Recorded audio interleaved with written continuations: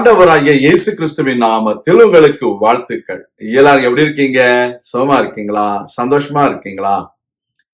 இந்த நாளிலும் ஆண்டவர் கொடுக்கிற ஆசீர்வாதமான வார்த்தை சங்கீதம் 92:15 தமிழில், ஆங்கிலத்துல 14வது வசனம்.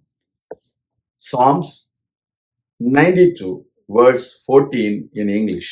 அவர்கள் முதிர் வயதிலும் கனி தந்து புஷ்டியும் பசுமையுமாயிருப்பார்கள். கர்த்தருடைய பிள்ளைகளே, கர்த்தர் நம்முடைய கன்மலையானவர். அவரிடத்திலே அநீதி இல்லை. அவர் நிச்சயமாக நமக்கு நியாயம் செய்கிறவர், நீதி செய்கிறவர். அப்படிப்பட்ட ஒரு ஆண்டவர் நமக்கு இருக்கிறார் என்பதை குறித்து நாம் நிச்சயமாக பெருமைப்பட வேண்டும். இந்த உலகத்தில் அநேக மனிதர்களை நம்பி இருக்கிறார்கள். ஆனால் நீங்களும் நானும் தேவனை நம்பி இருக்கிறோம். Dear child of God, our God is a just God. Our God is an unblemished God. There is no wickedness in our God. That is why the word of God says, in old age also they will bear fruit. They will bear fruit even they are old.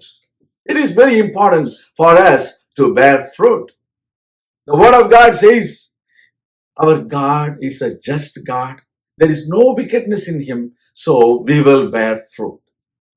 You and me are expected to bear fruit. God is going to help us to bear fruit.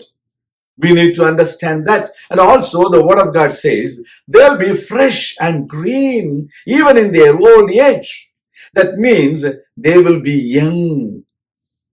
They will be fresh. They will work even in their old age like smart people. அவர்கள் முதிர் வயதிலும் கனி தந்து புஷ்டியும் பசுமையுமாயிருப்பார்கள். புஷ்டியுமாயிருப்பார்கள், பசுமையுமாயிருப்பார்கள். எவ்வளவு பெரிய ஆசீர்வாதம்!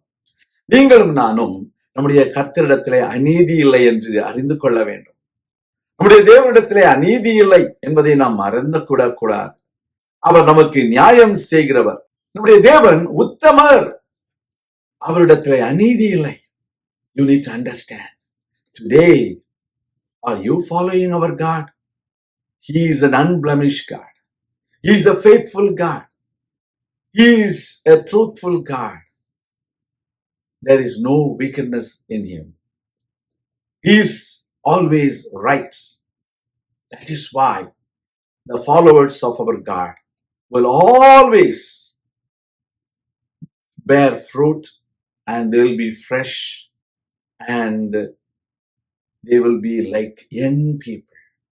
இதை நாம் மறந்து விடக்கூடாது. இந்த உலகத்தில் இருக்கிற நாட்களில நீங்களும் நானும் நம்முடைய தேவன் உத்தமர் என்றும் அவரிடத்திலே அநீதி இல்லை என்றும் அறிந்து கொள்ள வேண்டும். There are times people are complaining about God. We need to stop complaining, but believing that he is going to make you fresh and young. நாம் ஜெபிக்கலாம். எங்கள் அன்பின் பரலோக பிதாவே, இந்த உலகத்திலே நாங்கள் வாழுகிற நாட்களிலே நாங்கள் உமக்கு கனி கொடுக்கும்படிக்கு, நாங்கள் புஷ்டியும் பசுமையுமாய் இருக்கும்படிக்கு நீர் சித்தமுள்ளவராய் இருக்கிறீர். உமக்கு ஸ்தோத்திரம்.